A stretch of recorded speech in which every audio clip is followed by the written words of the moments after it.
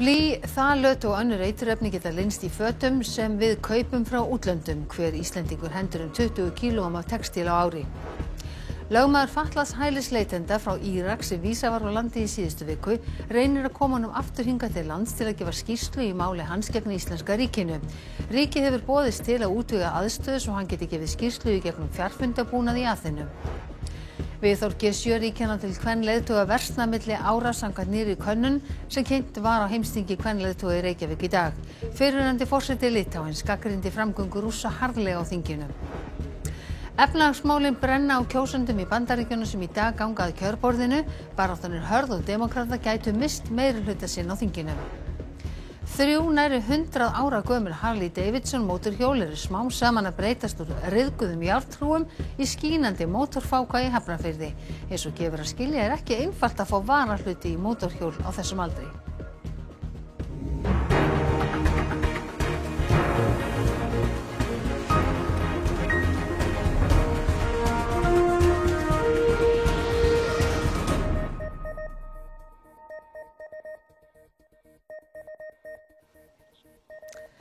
Komiði sæl.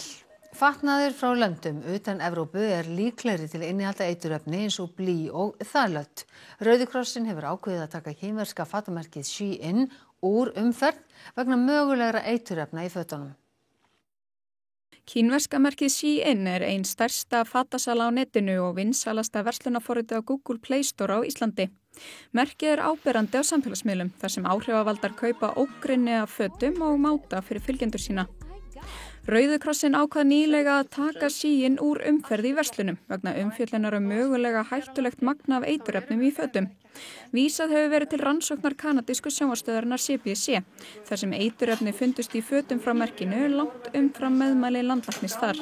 Fyrst og fremst að þeirra ástæðu vegna ábendinga í fjölmiðlum og umræðu í fjölmiðlum þá erum við að grípa til þessar ráðstafana. Reynist rétt að þarna sé þessi föt innihalda skaðleg efni, þá gerum við þetta. Fyrirtæki á Evrópumarkaði þurfa að fylgja reglugerðum efnanotkun í framleiðslu. Því er líklegra að föt sem eru keypt annars staðar innihaldi eiturefni. Þau geta verið blý, þalöt og PFOS-efni sem geta haft áhrif á hormóna og innkirtlastarfsemi líkamans. En húðin er okkar helsta varnarlíffæri.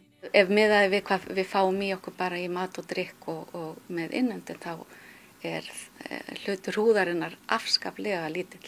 Við erum oftast ekki nálægt því sem er talið vera hættulegt af þessum efnum. Elsa María, þú hefur verið að kynna þér þetta fatamerki Shein og þarna kom fram að okkur eru líklegast ekki meint af því að ganga í þessum flíkum. Já, eigum við þá bara að halda uppteknum hætti? Já, það er auðvitað mjög góð tilfinning að vita að heilsu okkar verður ekki meint af þessum fötum. En á sama tíma þá segir þetta okkur ýmislegt framleiðslu aðferðirnar vegna þess að þessi efni eiga til að vera notuð og birtast í fötunum okkar þegar það er verið að spara til og það segir ýmislegt gæði fatana þannig að það er kannski skynsamlegra að eyða meiri pening og kaupa betri föt. En hvað þá með þessu stóru evrópsku risa eins og Söru og H&M og það er gerðir ríkari kröfur til þeirra framleiðslu aðferðir? Já, við eigum auðvitað miklu betri líkur á að þau föt innihaldi ekki þessi efni. En að sama skapi þá eru þessi tískurisar líka hraðtísku fyrirtæki framleiða mikið af fötum og selja fyrir lítinn pening og það vekur upp spurningar það hvernig vinnuaðstæður eru og líka hver gæði fatnaðarins er í alvörunni. En við kynntum okkur þetta og ýmislegt annað betur. Hraðtíska er fyrirbæri sem við könnumst öll við, ógrynni af fötum á lítinn pening. Ný snið og nýir litir með reglulegu millibili sem freistar. Og það virkar. Hver Íslendingur losar sig við 20 kíló af fötum á hverju ári og væntanlega kaupir annað eins í staðinn. Umhverfisstofnun áætlar að 60% fataúrgangs sé urðaður. Þessi kápa hjá Shein kostar 35 evrur, rúmlega 5.000 krónur. Er það raunhæft? Það þarf að byrja að sníða flíkina og sauma upp pröfu og máta hana á manneskju og oftar en ekki þarf að gera þetta kannski 2-3 sinnum til þess að ná sniðinu í góðum gæðum. Undirbúningsvinnan getur jafnvel tekið mánuði. Að sauma kápu með fóðri, vösum, hnöppum og öðru tekur þá nokkra klukkutíma. Það eiginlega segir sig sjálft að þetta verð, það er bara hálf galið. það er eitthvað sem það er einhver sem að líða fyrir þessa framleiðslu. Í sumar fundust skilaboð á miðum innan í flíkum frá tískufyrirtækinu Shein. Svo klæði ég mig í þennan kjól og þá stendur bara hérna Need your help. Manstu hvað kjólinn kostaði? Ég held að hann hafi kostað svona $7 eða eitthvað. Og þetta er kjóll frá Shein? Já. Hefur verið keypt aftur frá þessu fyrirtæki? Nei. Þetta er fyrir utan umhverfisáhrif framleiðslunar, en það geta ekki allir keypt flík á 20.000 króna. Magnea segir margt hægt að gera, til dæmis með því að kaupa notað og athuga gæði flíkana vandlega áður en greiðslukorti er reitt fram. Allt er lagi að skoða líka bara hvað maður á og hvort maður getur mögulega lagað, breytt eða bætt því sem er til í skápnum áður en maður fyrir að leita að einhverju nýju. Óvíst er hvort Hussein Hussein fatlaði maður frá Írak sem vísa var úr landi á 50 daginn kemur aftur hingað til landsins til að gefa skýrslu fyrir dómi.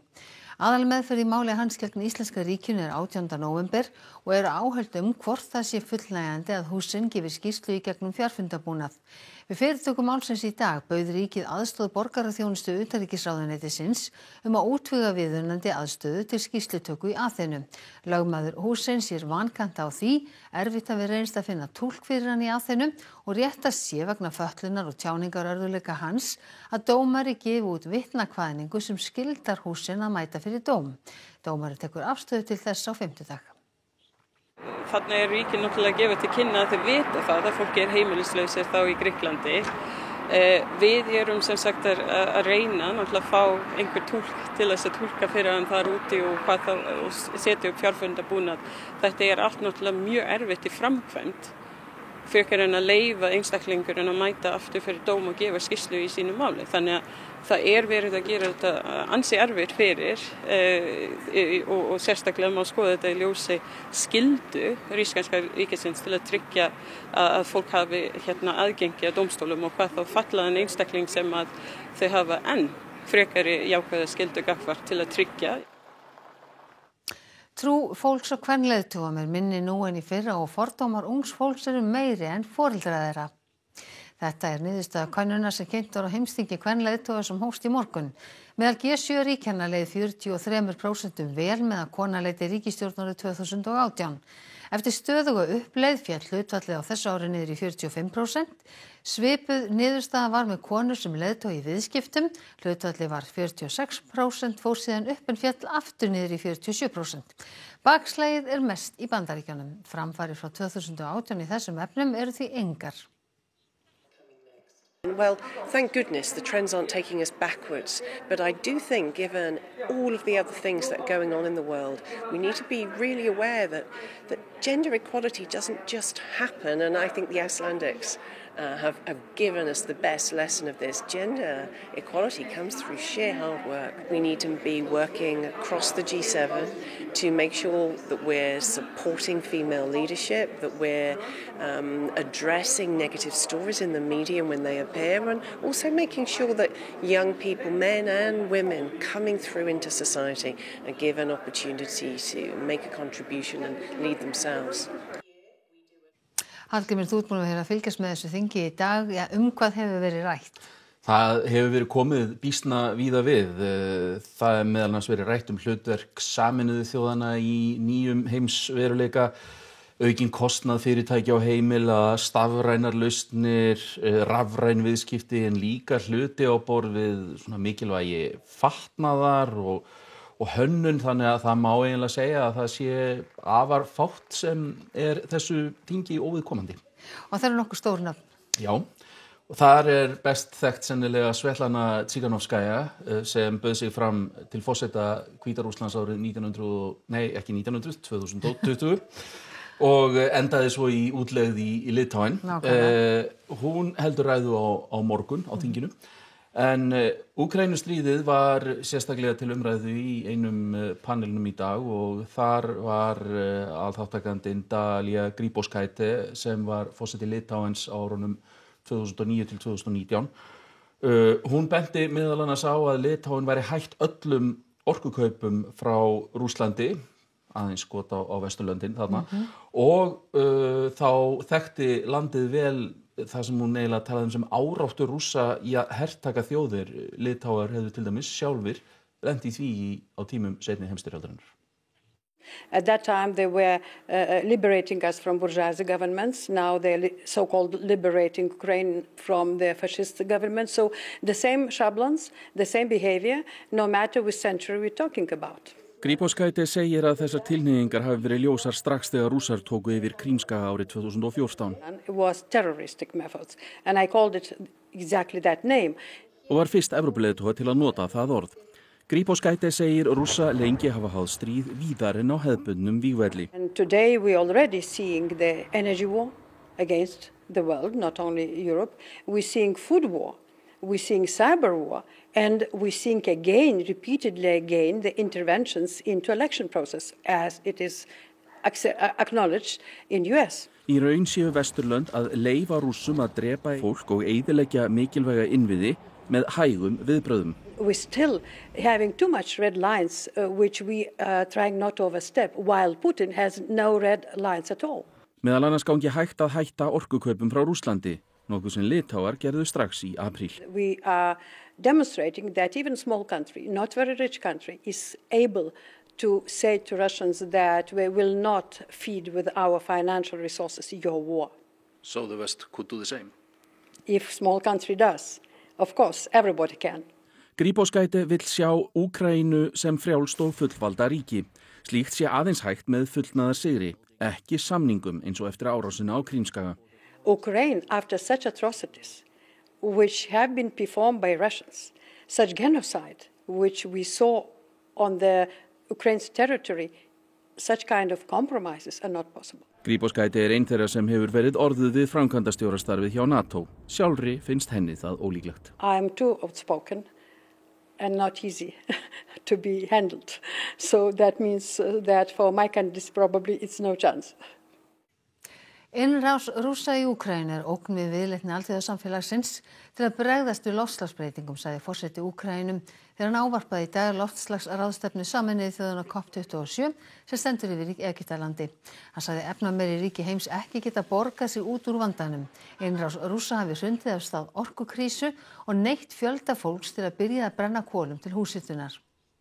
The Russian war brought an acute food crisis to the world, which hit worse those countries suffering from the existing manifestations of climate change, catastrophic droughts, large-scale floods. The Russian war destroyed 5 million acres of forests in Ukraine in less than 6 months. Mikil spenna í Bandaríkjunum þar sem kosið til þings í dag. Völdin á þinginu í húfi og svo gæti farið að demókratar missi þann meirihluta sem þeir hafa haft í báðum deildum þess síðustu 2 ár. Kosið öll sætin í fulltrúadeildinni, þriðjung sæta í öldungadeild og ríkisstjóra nokkurra ríkja. Eins og víða heim eru það efnahagsmálin sem brenna á kjósendum. I think people are more worried about inflation, but they don't understand that we have global inflation, and it's easy to point the finger and just look at gas prices and lose the big picture. I got 4 kids and family, and right now it's getting tight, you know. Gas prices, food prices, it's crazy. Demókratar hafa verið í meirihluta í báðum deildum síðustu 2 ár. Líkur eru taldar á að repúblikanar ná í meirihluta í fulltrúadeildinni. Óljósara þykir hverja niðurstöðurnar verða í öldungadeildinni. Fari svo að demókratar missi meirihluta sinn verður erfiðara fyrir Biden forseta að ná sínum málum í gegn. Frambjóðendur hafa verið á útopnu að reyna að krækja í síðustu atkvæðin. Donald Trump, fyrrverandi forseti, hefur lagt flokki sínum repúblikanaflokknum lið í baráttunni, síðast í gærkvöld í Ohio. This is the year we're going to take back the House. We're going to take back the Senate, and we're going to take back America. Fyrstu tölur eru væntanlegar klukkan 11 í kvöld að íslenskum tíma og heildar niðurstöður á morgun í fyrsta lagi. Landeigendur Kirkjufells í Grundarfirði hafa bannað göngu á fjalli fram í júní til að koma í veg fyrir frekari slys. Í síðasta mánuði var banaslys á fjallinu það 3. á 4 árum. Landeigendur segja erlenda ferðamenn ekki gera sig grein fyrir hættunni.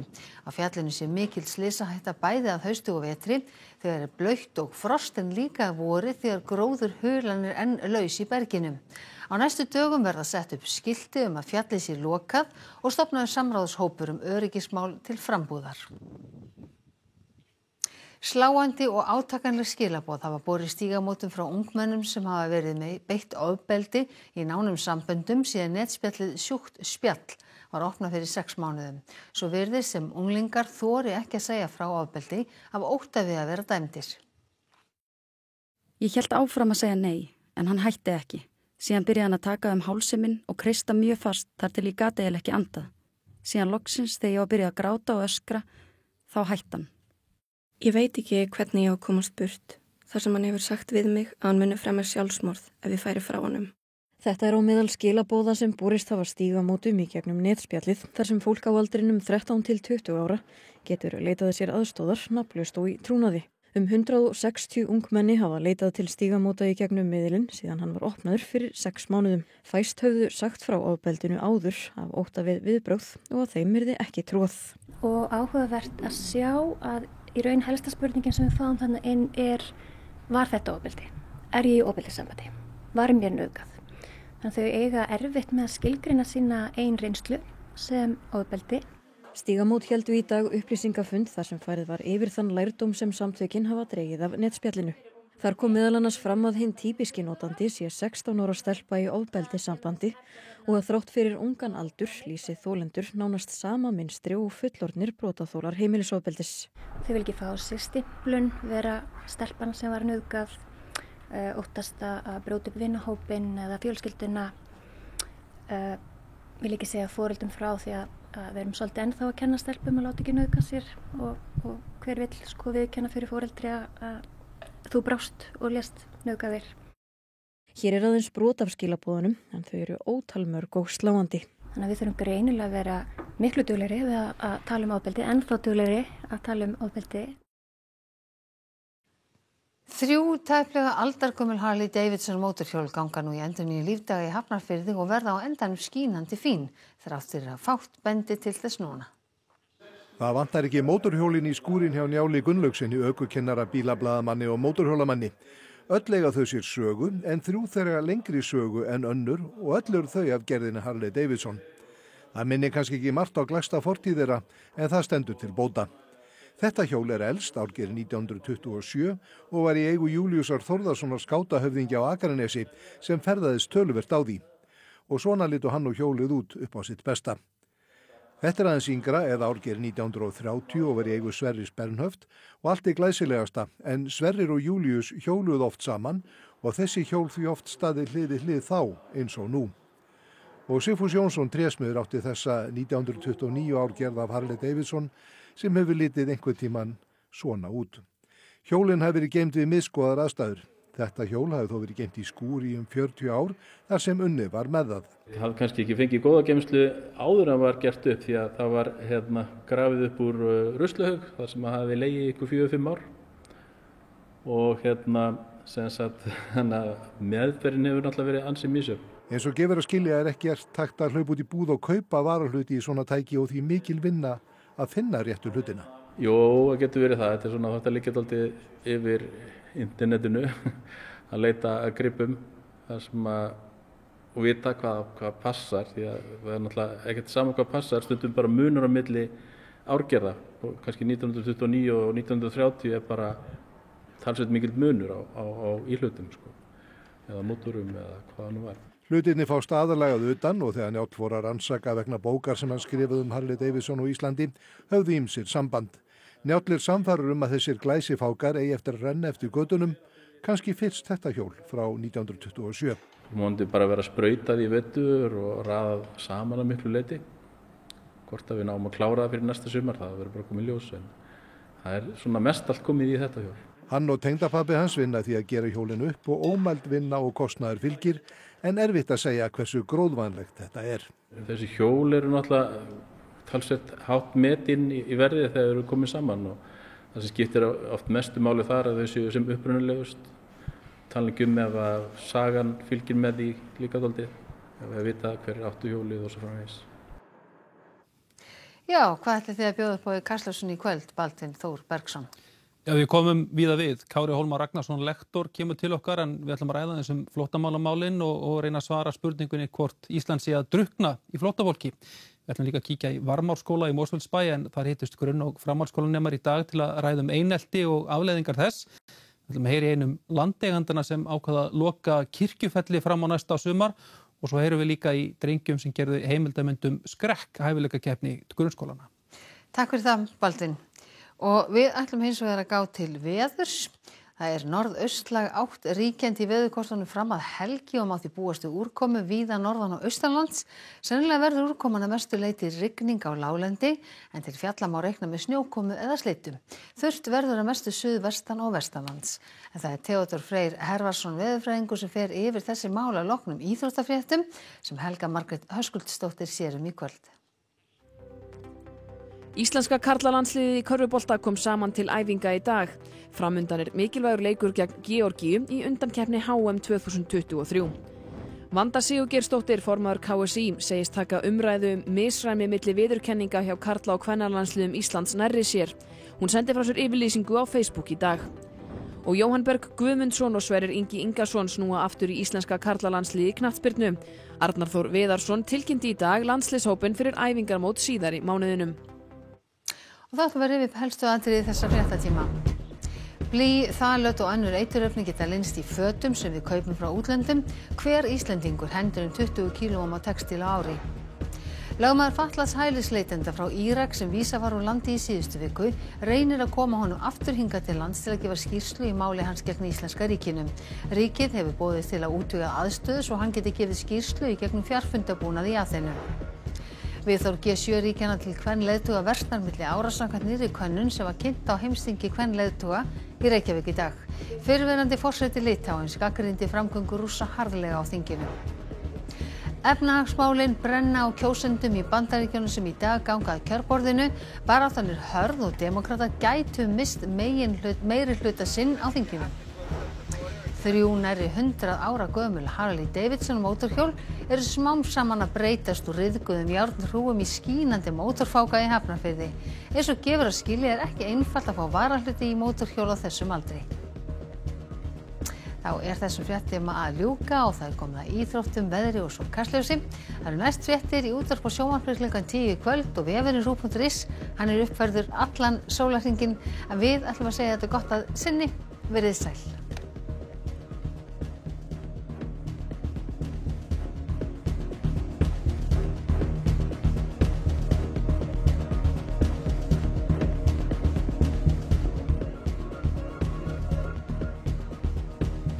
Á RÚV í kvöld. Skrekkur á bakvið tjöldin heimildamynd þátttöku Laugalækjarskóla í Skrekk 2021, unnin af 4 vinum sem voru meðal keppenda. Draugagangur eru gamanþættir